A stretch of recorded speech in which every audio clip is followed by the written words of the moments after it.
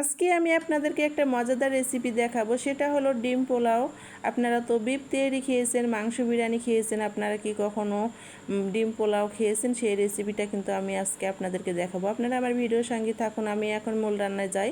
সেটা হলো, এখন প্রথমে আমি এই যে ডিম সিদ্ধ করে দিয়ে দিলাম, কারণ যেহেতু আমি ডিম দিয়ে পোলাওটা রান্না করবো, এই জন্য আগে ডিমটা সিদ্ধ করে নিলাম। আর ডিমটা সিদ্ধ হয়ে গেছে, নামিয়ে নিলাম। এখন আমি এখানে টুকরো করে আলু কেটে নিয়েছি, আলুটা ব্যবহার করব বলে। তারপরে তাওয়াতে কিন্তু এই যে আলুগুলো ভাজতে দিয়ে দিলাম, আর একটু দিয়ে দিলাম পরিমাণ মতো লবণ। দেওয়ার পরে আলুগুলো নাড়াচাড়া করে ভাজা শুরু করে দিলাম।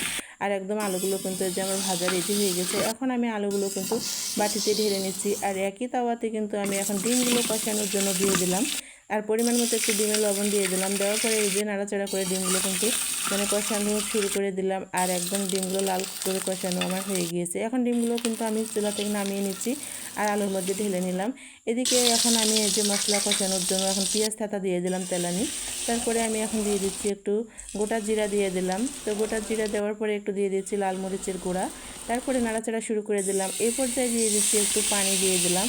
আর এখন আমি যেই ডিম আর আলুগুলো ভেজে রেখেছি সেগুলো কিন্তু এখন এই মশলার মধ্যে দিয়ে দিচ্ছি। তো দিয়ে দিলাম। দেওয়ার পরে কিন্তু এখন বেশ কিছুক্ষণ ধরে কিন্তু আমি মশলার সঙ্গে ডিম আর আলুগুলো কষাই নেব ভালো করে। আর এখন আমার ডিম আর আলুগুলো কষানো রেডি হয়ে গিয়েছে। এখন চুলা থেকে নামিয়ে নিচ্ছি। নেওয়ার পরে কিন্তু বাটিতে ঢেলে নিচ্ছি। ঢেলে নেওয়ার পরে এগুলো এক সাইডে রেখে দেবো। দেওয়ার পরে পোলাও রান্না করার জন্য এখানে পেঁয়াজ আর গোটা মশলা তেলানি দিয়ে দিয়েছি, আর লাল করে ভেজে নিলাম, পানি দিয়ে দিচ্ছি। তারপরে তেলানিটাও কিন্তু আমার রেডি হয়ে গেল পোলাও রান্না করাটা। আর এখন আমি যেই পাতিলে পোলাওটা রান্না করব সেই পাতিলে কিন্তু ঢেলে দিলাম। দেওয়ার পরে আমি পোলাও চালগুলো দিয়ে দিচ্ছি। আগে থেকে পোলাও চালগুলো ধুয়ে রাখছিলাম। এখন পরিমাণ মতো লবণ দিয়ে দিচ্ছি, আর দিয়ে দিচ্ছি এখন পরিমাণ মতো পানি দিয়ে দিচ্ছি। যতটুকু পোলাওটা রান্না করতে পানি ব্যবহার করা লাগবে দিয়ে দিলাম। এখন ইন্ডাকশানে কিন্তু ওঠাই দিলাম। দেওয়ার পরে এখন আমি ঢাকনা দিয়ে দেবো, পোলাওটা রান্না হওয়া পর্যন্ত ঢাকনাটা দিয়ে দিলাম। দেওয়ার পরে কিছুক্ষণ পরে কিন্তু আমি এখন ঢাকনাটা উঠে নিলাম। আর পোলাওটা কিন্তু এই যে বেশ পানি কমিয়ে কিন্তু একদম রান্না হওয়ার পর্যায়ে চলে আসছে। এই পর্যায়ে আমি এখন দিয়ে দিচ্ছি ডিম আলু মশলার সঙ্গে কষানোগুলো দিয়ে দিচ্ছি। এটা কিন্তু পোলাওটা হওয়ার পর্যায়ে দেওয়া লাগবে, আগে দেওয়া চলবে না। তো এখন আমি এই যে ঢেলে দিলাম এখন পোলাওর মধ্যে। দেওয়ার পরে কিন্তু এখন পোলাওর সঙ্গে কিন্তু এটা একটু কষাই নিচ্ছি নাড়াচাড়া করে। তা কষানো নেওয়ার পরে কিন্তু এখন আমি একটু ঢাকনা দিয়ে দমে রেখে দিলাম। দেওয়ার পরে কিছুক্ষণ পরে কিন্তু আমি এখন আবার ঢাকনাটা উঠে নিলাম।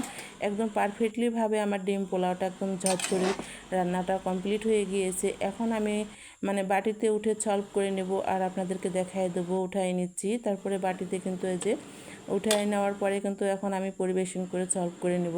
তো দেখেন একদম পারফেক্টলি কতটাই লোভনীয়ভাবে আমার ডিম পোলাওটা রান্না হয়ে গেল। এখন আমি পরিবেশন করার জন্য এই যে উপরে পেঁয়াজ বেরেস্তা ছড়িয়ে দিচ্ছি, আর এভাবে করে পেঁয়াজ বেরেস্তাগুলো সব পোলাওতে ছড়িয়ে দিলাম। দেওয়ার পরে দেখেন একদম আমার রেডি হয়ে গেল। আর খাবারগুলো আমরা সলভ করে নিলাম। এটা রাতের বেলা রান্না করলাম। এখানে কিন্তু ছিল পটল আলু ভাজি, শসার সালাদ, আর এই যে ডিম পোলাও মজাদার রান্না হয়েছে। আমার রেসিপিটি ভালো লাগলে লাইক কমেন্ট শেয়ার করে দেবেন। এই পর্যন্তই ছিল ভিডিওটা।